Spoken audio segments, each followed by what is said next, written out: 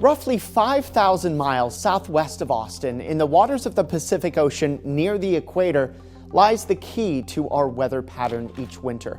If the surface temperatures of these waters are warmer than normal by at least half a degree Celsius, the El Niño pattern takes shape. Cooler than normal by at least half a degree Celsius, La Niña, a pattern responsible for 4 of our last 5 winters, and the pattern currently underway heading into this winter.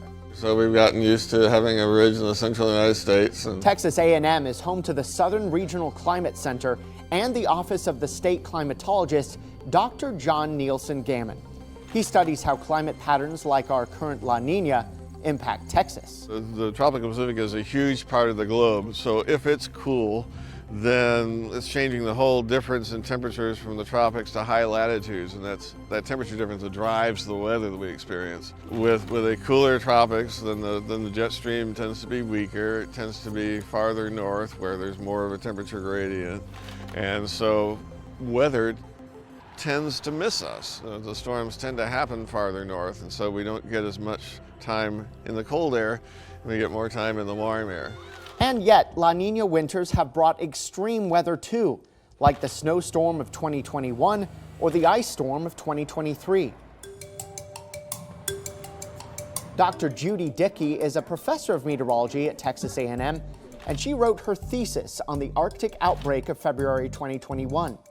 That cold and snow that knocked out power for days also came during a La Niña winter, which are usually warmer on the whole. We get those big wavy jet streams and that cold air that's just parked up to our north. Now it can be dislodged and make its trek down to see us. Yeah, we have this average. We have this baseline where we say we should expect mild, slightly warmer than average. But that can be broken up by periods of terrible cold. No 2 winters are identical, but meteorologists can look back at previous winters with a similar pattern to help loosely guide expectations for the coming season. Winter of 2006-2007 was fairly similar, managed to barely be a La Niña. There was one in the 90s as well, but nothing from those winters really stands out as being particularly unusual, which is sort of what you expect given that temperatures in the tropical Pacific weren't all that unusual to start with. Last winter may also be a comparable winter to this one, a weak La Niña. However, winter-to-winter comparisons are never perfect. Last winter's La Niña got off to a historically late start, not beginning until December. Our current La Niña began in September. Seems like the weather takes a week or 2 in mid-latitudes to respond to what's happening in the tropics.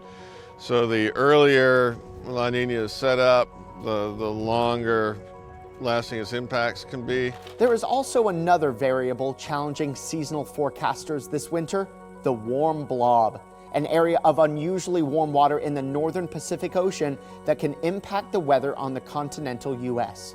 We don't really have a good historical analog for the entire North Pacific being several degrees warmer than normal going into the wintertime. All bets are off based on historical conditions. So when unique weather pattern setups take shape, computer models help fill in the gaps. In College Station, Chief Meteorologist Nick Bannon, KXAN News.